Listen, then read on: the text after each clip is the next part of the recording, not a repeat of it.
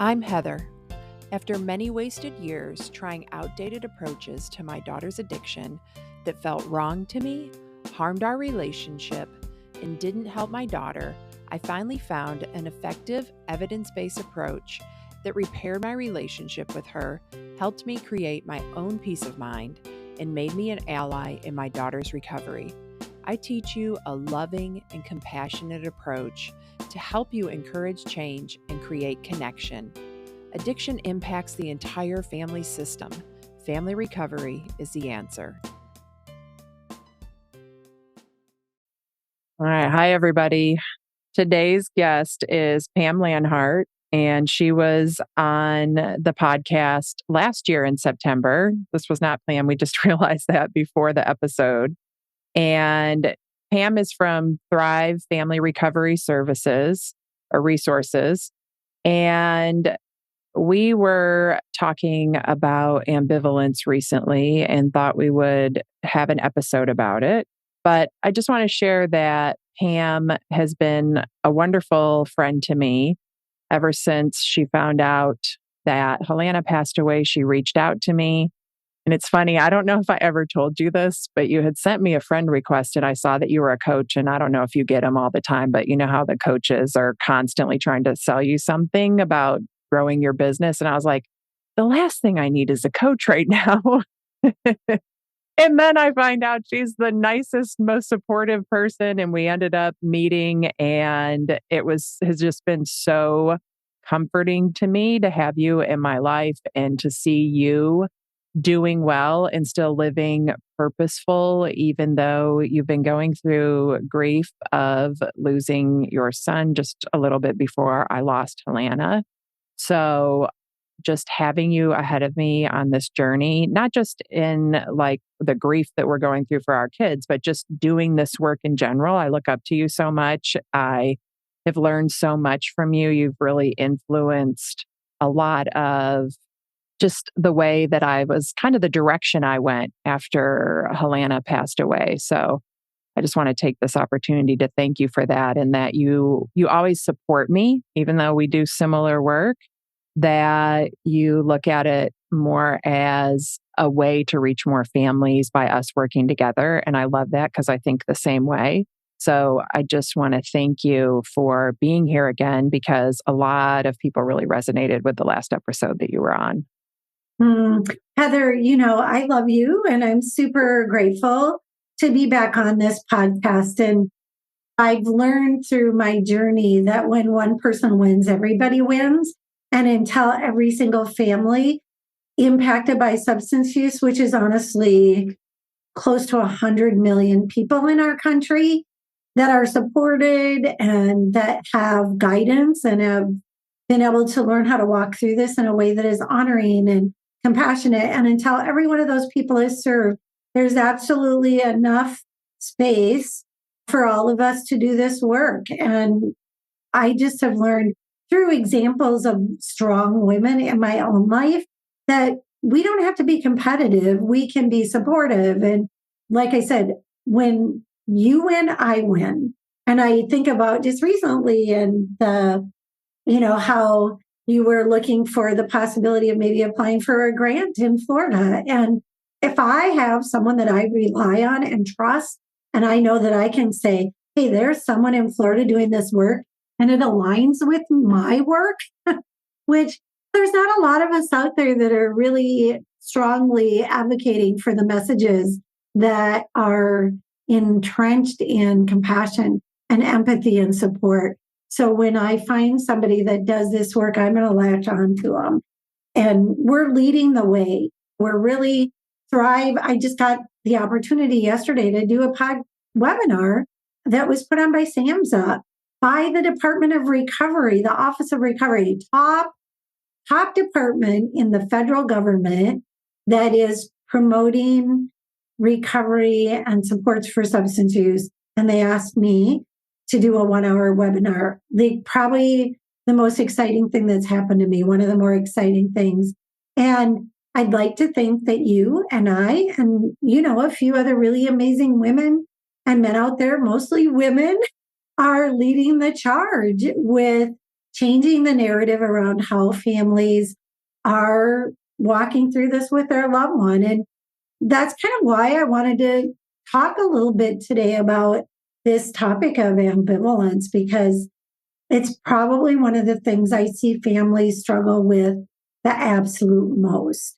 And I thought we need to just have a conversation about this. So, Yeah, I don't think you can talk about it enough because it is something that can be so painful for families to watch that ambivalence and all the stigma there is about what that ambivalence actually, what it means.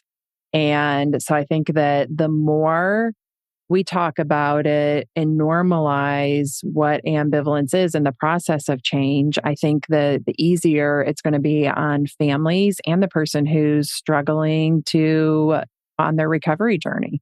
One of the things I love about the work that we do, and in particular, the work that came out of CMC, the Invitation to Change process, is so much of it is about putting ourselves in our loved ones' shoes in order to gain empathy. And I just started another diet for the 8,000th time the other day. And I was like, you know how it is. You wake up in the morning and this is the day.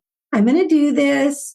I already had my last meal last night, ate every single bit of junk in my house, threw everything away, all the good intentions. And by 3 o'clock in the afternoon, I'm out at the store buying Rice Krispie bars or looking for the chocolate that's left over in the crevices of my kitchen cabinet. Right? So we're so in that space, all of us, we're just human beings and we struggle in the same way. The difference between my struggle and my loved one's struggle or someone with substance use is that typically I don't cause harm to other people because of my ambivalence. It only really affects me. Although by 3 o'clock, I'm pretty crabby and my husband might say something else about that.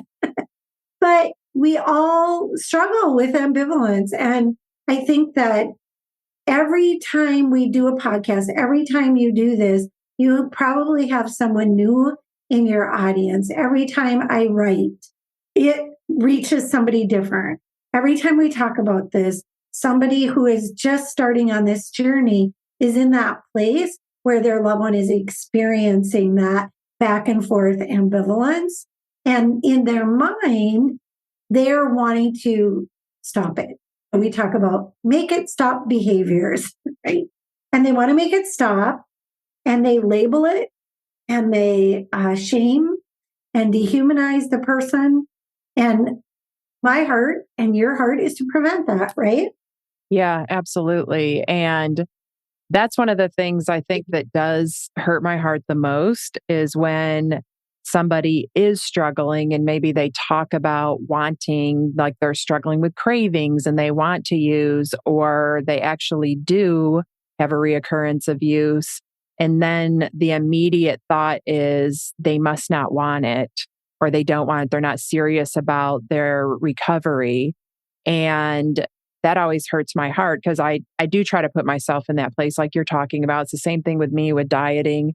And I think about like how many times a day I have to think about it. And it's been going on for as long as I can remember.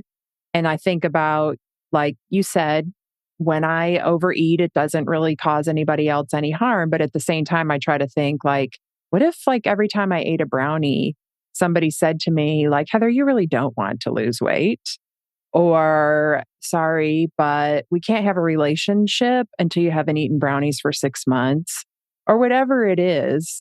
That would be really, really painful to me. And it would just make me feel worse about myself. And it would probably make me want to eat more brownies. So I love what you said about thinking about it from our own perspective, things that we struggle with in the change process and what it actually, the change process is actually like. So do you want to share a little bit about what the change process is actually like for somebody who is in early recovery? Yeah. And the first thing I want to do is because I always say yes, and that's my new thing. And before we talk about solutions, I want to validate the pain that parents go through. And typically, what this looks like, Heather, is they have jumped through 1,000 hoops because their loved one finally comes to them and says, I think I'm ready to go to treatment, right? So they have dropped everything because it's a full-time job to find a treatment provider that is in their network for insurance or that is more local or that fits to certain criteria, especially right now with medications and opioids, where we want to get people into treatment that support Suboxone or support Subutex or methadone. And so they've been ready for this moment, right? They are charged up, locked and loaded. The minute my loved one wants to get help, I'm going to drop everything and I'm going to help them. And they do. And I don't ever want to tell someone not to do that, because if my loved one came to me and had cancer and they walked in the room and they said, I have cancer, I need treatment, I would do anything I needed to in order to help them have cancer, or I'm sorry, to help them get treated for that cancer. So it's perfectly normal and natural to want to have the ability to help your loved one. I want to be ready. I want to walk through this with them. I want to protect them from making a mistake. And we know that there's a window, a small window of opportunity. And so when we do that and we drop everything and we get them ready to go, and one of two things happens. One is they might go. And then, like you said, there's always the conversation about a return to use. But even before that, if we look at they're there that night, you feed them, you water them, you love on them, you make sure they have clean clothes, you buy all of their personal care supplies, and you wake up the next morning and they're gone. And of course, that is going to be so painful and so disappointing. And so we always want to validate that. Like when we walk through this, there are times where we are just going to be subject to so much suffering and pain because things don't play out the way that we thought they would, that we hoped. And this is part of the conversation always is the hope, right? The hope, you wait and you wait and you wait and you hold on to the hope of getting your loved one to the point where they finally ask for help or waiting for them to do that. And you're all ready and they're not there and they run off. So before we talk about this anymore, I really want to just validate that, because of course that's painful. Of course that's disappointing. Absolutely. And I think that time also, it can create this, for me, I had this unexpected sense of urgency at that time as well. Like I almost felt like the stakes were higher during that time. Like once Helena said that she was willing to go to treatment, I suddenly felt like I had been very patient and now I didn't have as much patience. And it was really hard for me to not act on that sense of urgency. In fact, I got caught up in it a couple of times and had to pull back a little bit to give her time to go a little bit further with that decision. Because at the time she wanted to go, but she needed time to get ready to actually take the leap and go. But during that time, and even when she was in treatment, I had to really work through this extra sense of urgency of needing it to happen right now before we lose our what felt like one chance. And the stakes are higher, Heather, because, and I, going back to your diet analogy, and hopefully no one's trigger warning. We're going to be talking about health and wellness and maybe mention a diet once or twice here, because that's something we can all relate to. But how many of us have gorged the night before, right? We've cleaned out our cupboards. We've eaten the last meal. And when somebody does that with substance use, it leads to an overdose.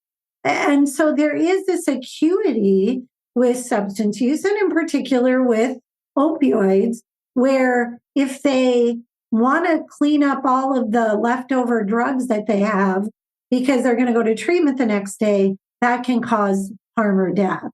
And so you're right. Like there is this acuity, and there's something very unnatural about taking it slow and letting them pace the decision and not making it for them. And it's probably one of the harder things because we have that buildup of they finally want help. We've got a treatment center picked out. They've agreed. They've even called the admission line, and now they take off. Or, and this is another thing that happens, is they call a week into treatment. And I want to particularly address this because it's so common. They call a week in and they want to leave. Now, first, let's talk about the dopamine in the brain and the fact that the minute you stop using, your dopamine tank is completely empty. You're not getting anything flooded in your brain from external drugs, and your tank is empty, and you are in the worst pain of your whole entire life. Now, if I was in, like, we've birthed children, we know what pain is like. From what I hear, and I have never used opiates, but from what I hear, the pain of withdrawal is the worst thing that anybody can ever experience. And so you start to withdraw the night before. You're not going to be using, you're not going to be using, and the pain starts. So that's number one. And the cravings that go with that are so astronomical that I think you and I and normal people, we have a lot of parents here that are listening, or spouses. We can't even wrap our brain around it. We can't even imagine how painful that is. And I've had even people who are in recovery say, I used meth and the withdrawal was, I was tired, I slept a lot, I wanted to use. But when I used fentanyl for the first time and I had to withdraw from that, it was like nothing I had ever experienced. So we're talking about a drug that is so incredibly powerful, even in small doses, that it's going to change our behaviors. It's going to cause us to want to go back and relieve that pain. And remember, behaviors make sense. When I feel pain, I know I can use this drug, and then I won't feel pain anymore. So it makes sense. Their behaviors make sense. And I think we have to do a couple things. And one is think about it in that respect. Like, they're not bad people that just want to make me mad. They don't want to make you mad. They're not doing this to piss you off, right? They don't care that much about you. Trust me. They're not even thinking about you. And I know that feels hard. Yeah, they don't even think about me or anybody else. I remember when I was in the very transitional phase of labor, saying something like, if you touch me again, I will kill you. I wasn't thinking about my husband in that moment. I was thinking about how I could get through this and how I could get through the pain. And if I probably could have stopped it and turned around and said, let's just skip this, I would have done that at that moment. I would have opened that door. So we have to remember that there's, on the front end, preparing parents, if you're listening, preparing you for the fact that they might start and stop, start and stop. They might dip their toes in and then pull their toes back, and not having any expectations around that, or trying to remember that this is going to happen and be prepared. Because as you said, the tendency is to want to shame and blame. Do you have any idea the work that I did in order to help you get there? Yeah. And just listening at that point, like, it's so hard to hear. And the part of the invitation to change, that willingness to just sit with the discomfort of hearing those words without really responding to them, and just listening and holding that space, which I'm acknowledging is incredibly hard. I can't even tell you how many times I got that phone call and how hard it was to hear it, and how my heart raced, and I'm having this completely physical reaction. But now also thinking like, yeah, why wouldn't you want to leave? Thinking about those physical symptoms that they're experiencing, and then the neurotransmitters, the lack of dopamine, how awful they're feeling, just all the way around, not having the mental capacity at that time to deal with how it feels physically. So what are some things that you recommend, like getting that call? So we know they're going to get the call, right? Like it's just part of the process. One, if we just think about like a checklist that they're going to go through when they go to treatment, that's like one thing that's going to be on the list. You're going to get the call that says, I want to leave. Yeah, I'm going to get to that in a second. But one thing that I thought of that bubbled up when you were talking was also, and we take people through this exercise, remembering that you're asking your loved one to give up that one thing that they love the absolute most. And if they've been using for a while, they can't even imagine a life without substances. And the minute they start to feel an emotion, they feel a feel, they're going to want to numb that feeling with the substance. So early treatment is super hard. And this is going to get to what you just asked me. And they're going to feel a lot of feels, right? They're going to all of a sudden, not just physically, but mentally, emotionally, they may have to be with a roommate that initially drives them insane. They might not love their counselor to start out. They might not feel like it's the right program. Maybe somebody brings up something that just makes them feel really uncomfortable. And when someone has used drugs for a very long time, it neutralizes emotions. And so they don't know how to feel their emotions. And it's so hard. It's so hard. So going back to what happens when they go into treatment, they're starting to feel the feels. They're physically in withdrawal. Their counselor's starting to push them a little bit. And it happens to almost every person I know in the first 7 to 10 days. Their loved one will call them and say, I want to leave. And they will say, there's cockroaches. The food is terrible. My counselor hates me. I'm shocked at times at how many parents buy into that. They believe their loved one's stories. And one of the things that we do at Thrive is we vet treatment centers all throughout the country, and I walk through them. And so when I refer someone to a treatment center, I've toured it. I know their staff. I know it's clean. And that's the benefit of vetting a program. So if you don't have the benefit of me giving you that information, at least go there, make sure it's the real deal. There are websites that put up what they say are beautiful treatment programs and their dumps. So just be aware and be cautious when you even vet a program or refer to a program or recommend a program.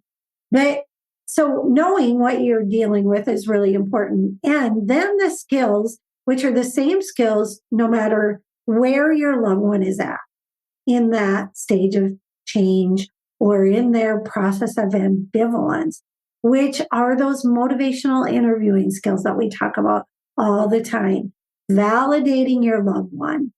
And when I talk about validating them, it doesn't mean I agree with them. It means I hear you and I see you and I am with you as you walk through this experience. So it's creating a safe space for them and allowing them to express themselves as they feel those feels. So they might come back and say, I can't stand this place. This is awful. I want to leave. And validating them would be saying something like, you can reflect that, right? So I heard you say this is really hard. And yeah, I can't even imagine how hard it is. Then you back that up with an affirmation, which is, and taking this step to do this is the bravest thing you've ever done. And I am so proud of you. And I am here with you as you make this move, as you continue. If they want you to come and pick them up, there might be a need for a boundary there to say, I can't pick you up right now. I can support you while you stay in there. And what I know is that when a parent doesn't go pick up their kid, they stay out every time. And sometimes they might leave for a minute and then they realize they made a really bad decision and they go back. But usually, if the parents don't acquiesce to those demands and they hold a boundary, that the person will stay. But when we are looking at ambivalence, as you said, when I've wanted to make a change, I've gone back and forth a dozen times.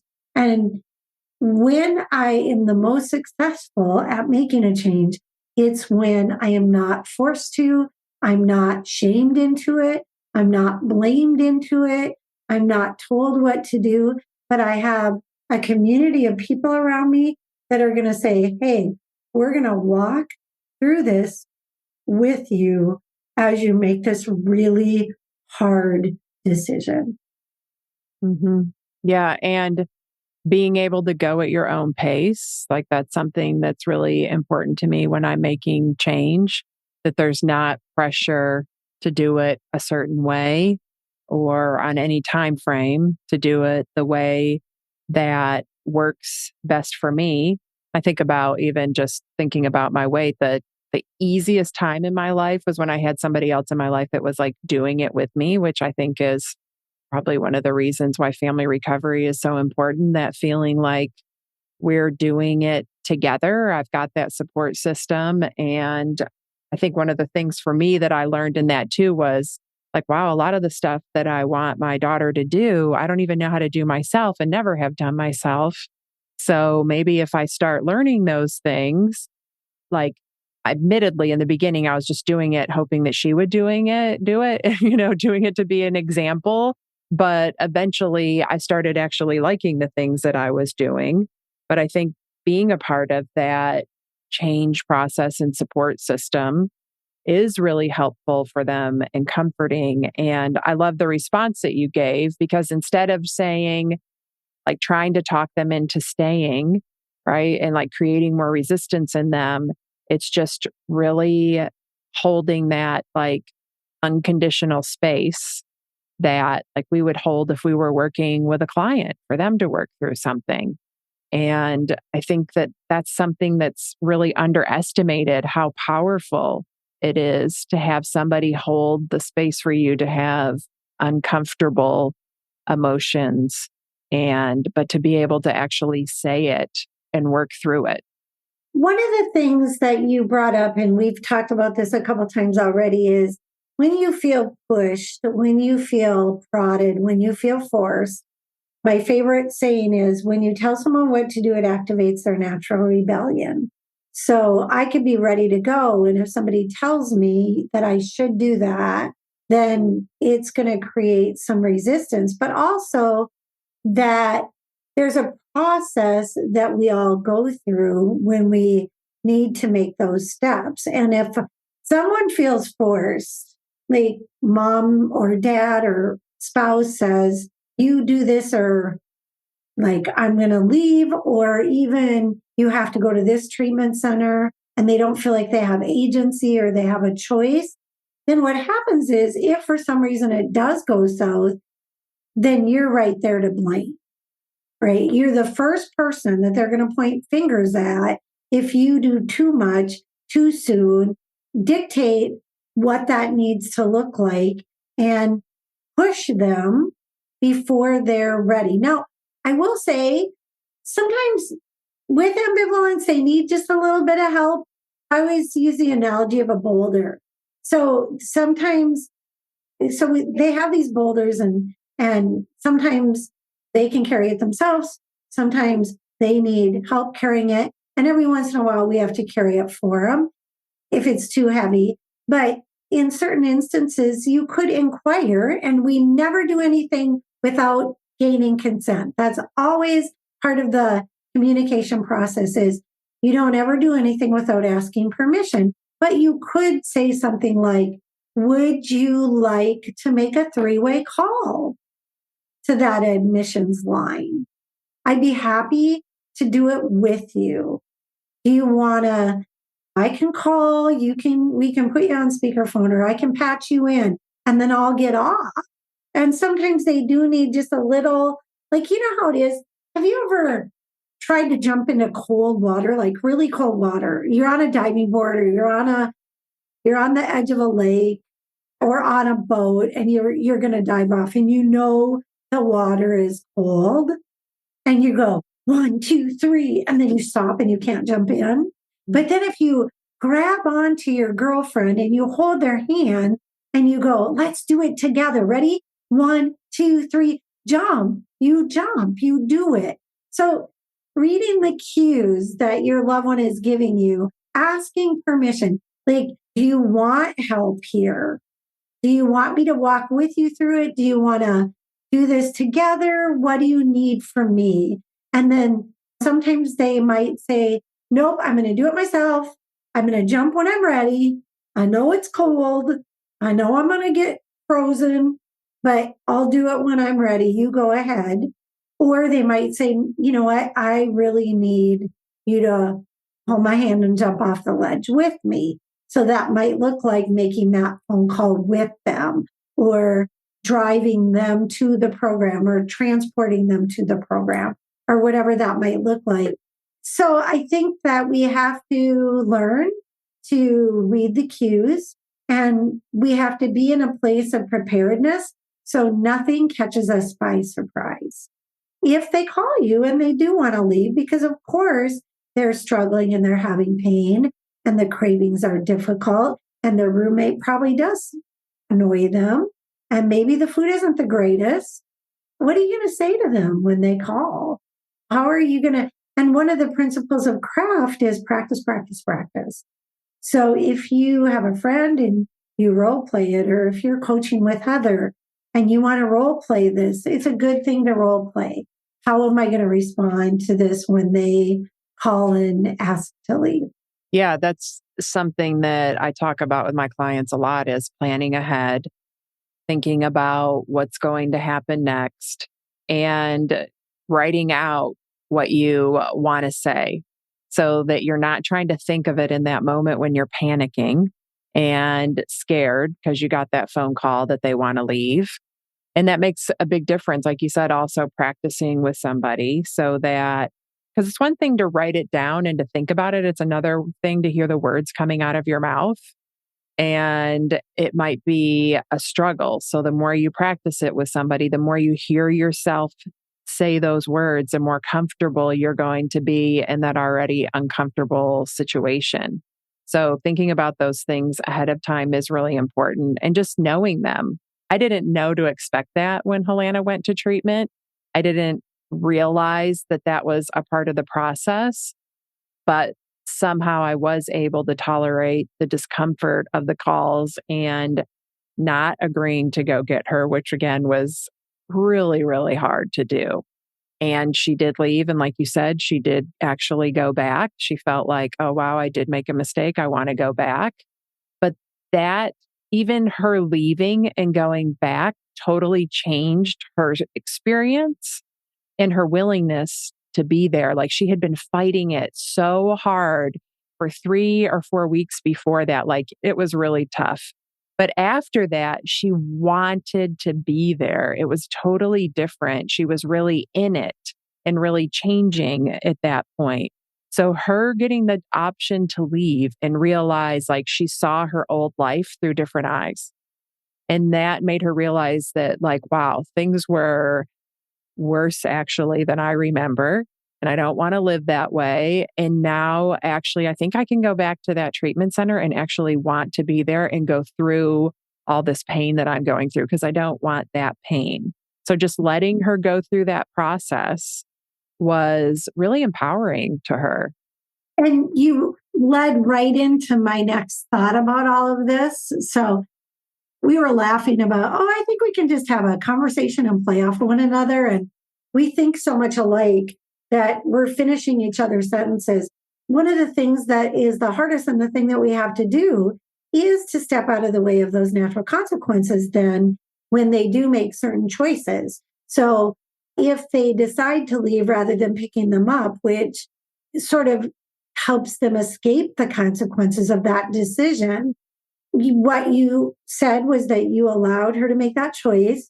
You didn't pick her up. She experienced some of the natural discomfort of that situation, which then prompted her to re-engage. And I think that part of the process and part of this is we reinforce all the positive, right? And then we allow for those natural consequences. It's not punitive. I'm not going to punish you, but I'm going to allow you to make the choice. And then, of course, I'm going to decide what my limits and boundaries are. And if that means you have to sit in that pain and discomfort, that's fine, because we do not change without pain and discomfort. And I always talk about this when I talk about ambivalence is if I could eat junk every day, all day, and never have my weight change and never have my pants get too tight, I would do that. Like, why wouldn't we do that? That sounds like a really great plan to me, but that's not how things work. So when I make a choice to not move forward and I continue delaying the healthy eating plan, my pants get tighter and tighter. And it's only until my pants get to a certain, I can't zip them anymore, that I decide that I'm uncomfortable enough to activate change. And while we know that positive reinforcement is important, what's equally as important is to allow someone to feel uncomfortable. And it really, if I did never feel uncomfortable, I would never change. I just wouldn't. And that's the honest truth about human behavior, is that even though we're reinforcing the positive things and we're competing with the positive benefits of the substance, we're also in a place where we have the opportunity to step out of the way and we don't have to, again, when they leave, and I know you didn't blame or shame Helena. It's so often so easy. And I say this a lot, Heather. Every mother I know would say they love their child, everyone bar none. And I know for myself personally and the hundreds of mothers that I've interacted with, sometimes our behavior isn't very loving. And it's super easy in those situations when you've just dropped everything, spent thousands of dollars, and you had your hopes up, when they walk out of treatment or they call you and they're annoyed or they're not engaging in the program, to do the whole blame, shame, making it about you. Are you kidding me? We just spent $30,000 to get you into this treatment center and you want to leave? And we make it about us. And it's so easy to do that, and understandable, because of course it's painful when things don't play out the way you want. You and I know that better than anybody. But I think that we have to then practice all of those skills of self-awareness and taking moments to pause, going back to what are my core values? How do I want to show up in this? And then moving forward with intention. And so that might mean I'm not going to answer this text. I'm not going to answer this phone call, because if I do, I'm not going to like how I show up. I'm not going to like who I am. And so I'm going to be intentional, right? And I'm going to not respond. And, I can't tell you how many times my son would call me and I wouldn't be able to answer. Maybe he'd text me and I just wouldn't answer, or I wouldn't answer his text. And 2 hours later, he had the whole deal all worked out. So they call you and their sky is falling and you don't answer. And guess what? They figure it out. They do. They figure it out. Yeah. Yeah. I was thinking about also a lot of times, or if you do answer the phone, but you say no, but you're living with all this discomfort of having to say no and worrying about what they're doing. And then you find out that they figured it out the next day or something. But that whole time that they were fine, you've been living in this pain of having to say no and worrying about them being uncomfortable. And I think that that's why discomfort tolerance is a superpower in this, just practicing that pause of not responding or fixing right away, or not saying something when you're not feeling very loving. And so then you don't have to go back and apologize for it later or forgive yourself or whatever it is.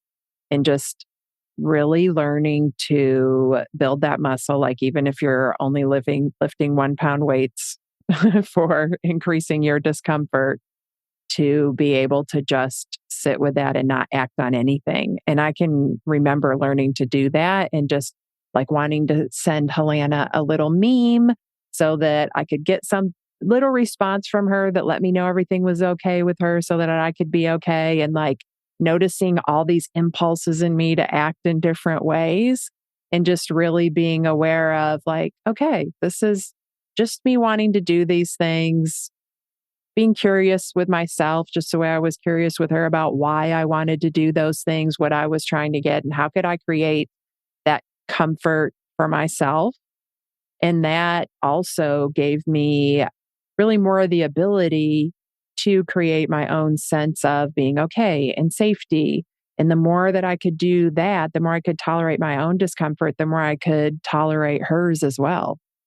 Well, and we catastrophize. That's the word that I want to use, is that we often catastrophize things. And I think about this skill in dialectical behavioral therapy, which is called the opposite to emotion, or, reframing the story, right? We create a narrative. We don't even know the truth, but, we look at our phone and our person contacts us and we go down the rabbit hole. Our thoughts go from, oh, she's doing okay, to, oh my gosh, she's not gonna make it in like a half a second. So our work in all of this is to take our thoughts captive and start to reframe our own narrative, which is, what do I know? What don't I know? What is the truth? What isn't the truth? What are the best possible outcomes that could happen here? And then deciding that that's where I'm going to live. That's the space I'm going to live in, is not the worst possible outcome, but the best possible outcome. I want to say this is something that happened, Heather, after our last time that we did our podcast. And I think I gave you the information, but I did a retreat at on-site workshops for parents that have lost children, right? And one of the things that gets in our way of allowing for natural consequences or letting them work through this is our own fear. And when I was sitting at this retreat, and there were 47 families that had gone through either suicide loss, death by suicide, or death by overdose. And for every person that did it one way, there was somebody that did it a different way. And my mantra is always, fear doesn't stop death, fear stops life. And looking back, I am so grateful that I didn't live in that place of fear, that I lived in a place of hope and always believed the best of my son, always affirmed him. I mean, early on, I wouldn't say always, because there were those few years initially where we didn't know what we didn't know. And then when we knew better, we did better. But we have to think about, how do we want to live? How do we want to be in this? And what's important to me, I don't want to show up for my family dysregulated, activated, depressed, all the physical ramifications of what happens in our bodies when we go down that rabbit hole, when we catastrophize, when we sit in a space of worst case scenario. And that's one of the reasons why reinforcing and affirming positive behaviors is so critical, because what it does is it releases dopamine in my brain and rewires it in a positive way. And so if we can think about, does this reflect my recovery? Does this reflect how I want to be? Is this aligned with my own health and wellness goals, right? When I define recovery, it says reclaiming something that was lost or a return to health and well-being. So when I go down the path of worst case scenario, does that align with recovery? My recovery, because I'm returning to a state of health and well-being. I'm reclaiming the things that were lost in this journey. And the time to do that, one of the best times to do that is while our loved one is in treatment. That is really good. So, and I want to mention really quick, and we can talk about this idea of, okay, so now they're done with treatment and they've finished and they're on the right path and they're 3 months or 4 months in recovery and they have a return to use. They have a recurrence, right? And I know we've both been through that. Yeah, that's a hard call to get. Very hard. And me, what I'm most grateful for in getting that call was that I had a response that aligned with who I wanted to be as a mom, how I wanted to show up in the situation. And that when I got off the phone with her after getting that call, I got really angry then. But thank God I knew that anger was mine to manage. And I didn't respond to it. I actually stopped and wrote about what I was feeling and got intentional with how I wanted to show up. And then I sent her a text, which was one of the last texts we ever had. And I'm so grateful that I did that work and knew, even though my discomfort is coming from what she did, and that of course, it has an effect on me.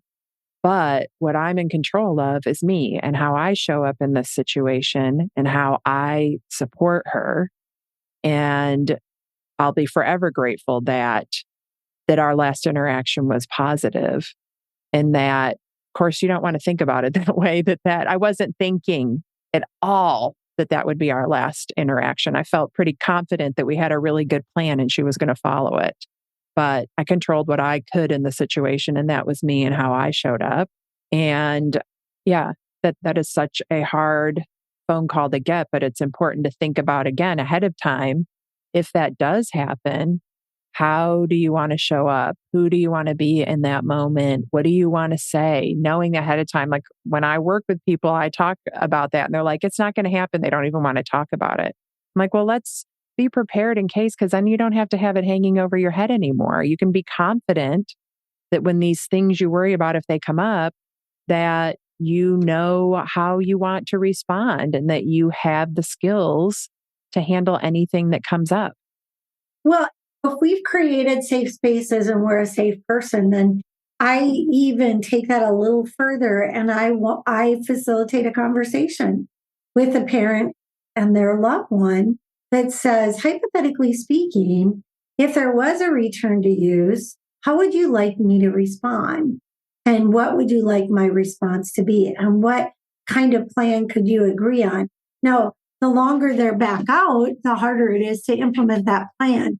But at least if you've had that conversation, you can say, hey, we were prepared for this.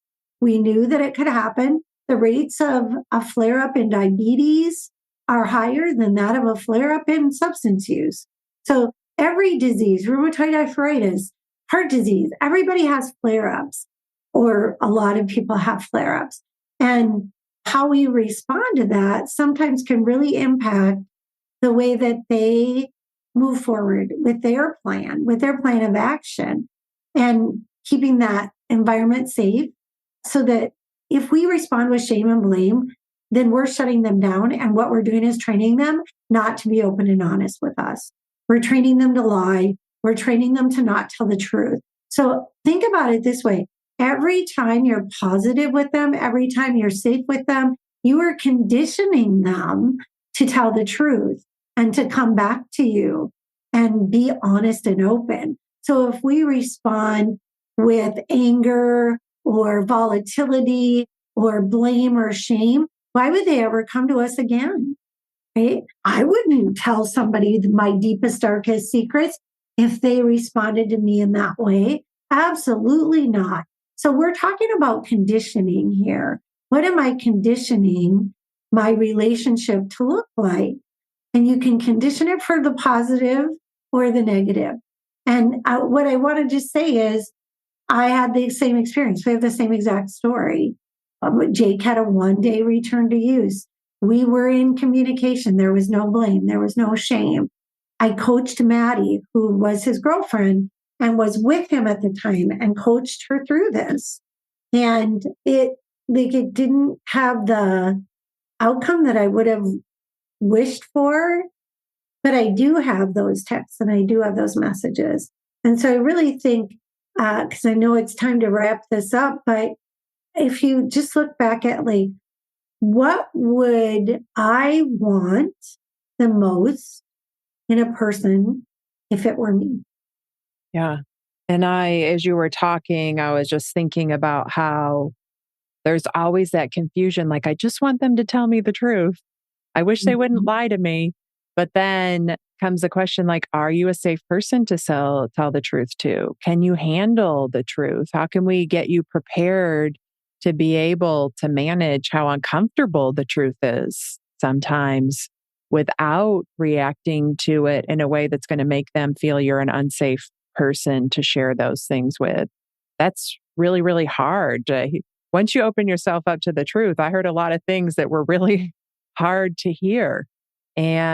But I wanted to be a person that could hear those things so that I could keep that connection and understand. And so I would have information that I could use to help and support her. So really thinking ahead about when you hear yourself saying like, why don't they tell me the truth? Why do they lie all the time? Then asking yourself, like, are you a safe person to tell the truth to? Mm-hmm. Yeah, I was thinking the exact same thing again, finishing sentences for each other, Heather, because yeah, that's the question. If they don't come to me, if they don't want to share things with me, what's the underlying reason? And I was not always safe and didn't even realize it. So I think that's the value of the work that you do and the coaching and having community and accountability is that we can look at the situations and go, am I a safe person? And really that's what it boils down to is. And here's the one final thing. You might be thinking as you're listening to this, but what about me? Who's safe for me? Like I'm giving, and I'm trying to be safe and I'm doing all this work. What do I get in return? And two things. First of all, if your loved one gets well, you will have a relationship with them. But I also want to remind you that you need your own community. You need safe people. We all want to have people in our lives. I didn't even know what safety was because I didn't grow up in a safe home. And I've learned, and I have people in my life, beautiful women who support me, listen to me, affirm me, validate me. They are safe humans. So if you are listening to this today and you're feeling like, I've had those pity parties where like, what about me? It's up to us to find those people. It's up to us to gravitate towards the people in our lives that can hold safe space for us. And Heather, I'm so grateful you're one of those people for me. Yeah, I was just thinking the same thing about you. I was like, as soon as I lost Helena, I've told you this story, Pam, but I prayed, I need strong women to look up to that can show me that I can get through this. And then it was a matter of time before, I think it was less than a week before we met to talk to each other. And then without that, like it's been so important to me in everything to have my community, to have my safe people, to have support. And I have a new invitation to change group starting for free. And it's a great place to get support. I know, Pam, you do invitation to change groups. Are some of yours online? We have 8 virtual groups every week, and we have 8 in-person groups in Minnesota and one in Greeley, Colorado. So we have 16 groups right now that are doing the invitation to change curriculum. I think we only have one that does not. They do a faith-based curriculum that I wrote. But yeah, I think that we find what we're looking for. Yeah, absolutely. So I'm going to make it easier for people to find you if they're interested in going to any of Thrive's groups. I'm going to put the information in the show notes, a link to Thrive's website. And is there any last things that you want to say before we wrap up? No, we got to do this again next time. Next September. Yeah, next September. It's our annual thing now. I think we should make it more than annual, but I appreciate you, Heather, and I love the work that you're doing. And thank you for having me on and for this really meaningful conversation today. Yeah, thank you. Thank you for listening to this episode. If you want to learn more about my work, go to heatherrosscoaching.com. If you want to help other parents who are struggling with a child's addiction, you can do it 2 different ways. First, you can share the podcast with them directly, or you can share it on your social media. Second, you can leave a review. Talk to you next week.